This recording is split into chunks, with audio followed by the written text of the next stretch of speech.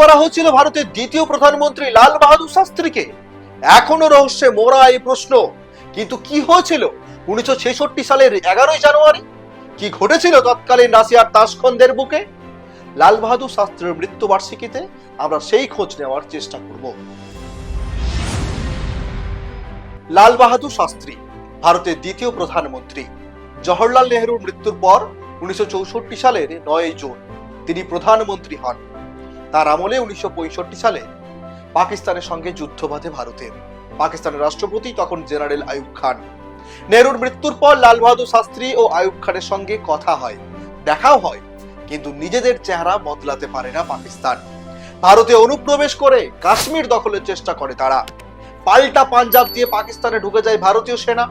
হাতের নাগালে চলে আসে লাহোর। এই পরিস্থিতিতে ভয় পায় পাকিস্তান। তাদের আর্জিতে হস্তক্ষেপ করে রাষ্ট্রসংঘ। যুদ্ধবিরতি ঘোষণা করে ভারত।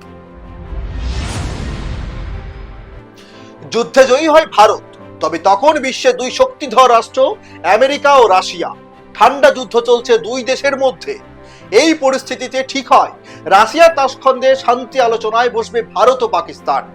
এই তাশখন্দ উজবেকিস্তানের রাজধানী। 1966 সালের 10ই জানুয়ারি তাশখন্দ চুক্তিতে সই করেন লাল বাহাদুর শাস্ত্রী ও আইয়ুব খান। ঠিক হয় 25 ফেব্রুয়ারির মধ্যে দুই দেশের সেনা আগের সীমানায় ফিরে যাবে। এই বৈঠকের রাতেই ঘটে সেই ঘটনা। তখন রাত 1:20। বুকে যন্ত্রণা নিয়ে ব্যক্তিগত সচিব জেএন সহায়ের ঘরে দরজা ধাক্কা দেন লাল বাহাদুর শাস্ত্রী। অসুস্থ প্রধানমন্ত্রীকে দেখে তার ব্যক্তিগত চিকিৎসককে ডাকা হয়, কিন্তু তিনি এসে কিছু করতে পারেননি। রাত 1:30 নাগাদই মৃত্যুর কোলে ঢলে পড়েন ভারতের দ্বিতীয় প্রধানমন্ত্রী। পরদিন তার দেহ যখন নিয়ে আসা হয়, প্রত্যক্ষদর্শীরা জানান তার শরীর নীল হয়ে গিয়েছিল। তাই প্রশ্ন ওঠে, লাল বাহাদুর শাস্ত্রীকে কি বিষ প্রয়োগ করে খুন করা হয়েছিল? এ নিয়ে প্রশ্ন তুলেছেন লাল বাহাদুর শাস্ত্রীর পরিবারও। কিন্তু সেদিন সারাদিন ঠিক কি হয়েছিল?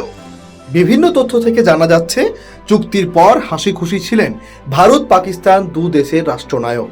সেদিনে ডিনার পার্টি দিয়েছিলেন সোভিয়েত রাশিয়ার প্রধানমন্ত্রী অ্যালেক্সেই কেজিগিন। তখনও ঠিক ছিলেন লাল বাহাদুর শাস্ত্রী। পার্টি থেকে ফিরে এসে রাতে সামান্য কিছু খেতে চান প্রধানমন্ত্রী। তাকে একটু তরকারি ও দুধ এনে দেওয়া হয়। সেই রান্না করেছিলেন দুই রাঁধুনি, মোহাম্মদ জান ও এক রুশ। শাস্ত্রীর মৃত্যুর পর তাদের দুজনকে গ্রেফতার করা হয়, পরে ছেড়েও দেওয়া হয়। তাই প্রশ্ন ওঠে, ওই খাবারে কি বিষ মেশানো ছিল? প্রশ্ন আরো ওঠে, প্রয়াত প্রধানমন্ত্রীর শরীরে কিছু নীল ও সাদা দাগ দেখা গিয়েছিল। পেটে ও ঘাড়ের পিছনে ওই দাগ ছিল। তার মৃত্যুর পর কোনো ময়নাতদন্ত হয়নি, তাও কেন কাটা দাগ? সেই প্রশ্ন আজও রহস্যই মোড়া। রহস্য এটাও যে পার্লামেন্টের লাইব্রেরিতে ভারতের দ্বিতীয় প্রধানমন্ত্রীর মৃত্যুর কোনো রিপোর্ট নেই। সেই নথি কোথায় গেল তা নিয়ে প্রশ্ন তুলেছিলেন প্রধানমন্ত্রীর পরিবারের লোকজনই। কিন্তু কে খুন করতে পারে মিষ্টিভাষী লাল বাহাদুর শাস্ত্রীকে? এ ব্যাপারে আঙুল ওঠে মার্কিন গুপ্তচর সংস্থা সিআইএর দিকে, আঙুল ওঠে রাশিয়ার দিকে, এমনকি অনেকে আঙুল তোলেন ইন্দিরা গান্ধীর দিকেও। তবে নেতাজি অন্তর্ধান রহস্যের মতো লাল বাহাদুর শাস্ত্রীর মৃত্যুও রহস্যে মোড়া। এ ব্যাপারে আপনাদের কিছু জানা থাকলে লিখে জানান আমাদের। প্রতিবেদন পছন্দ হলে লাইক দিন, সাবস্ক্রাইব করুন। দেখতে থাকুন বেঙ্গল ফ্যাক্টস।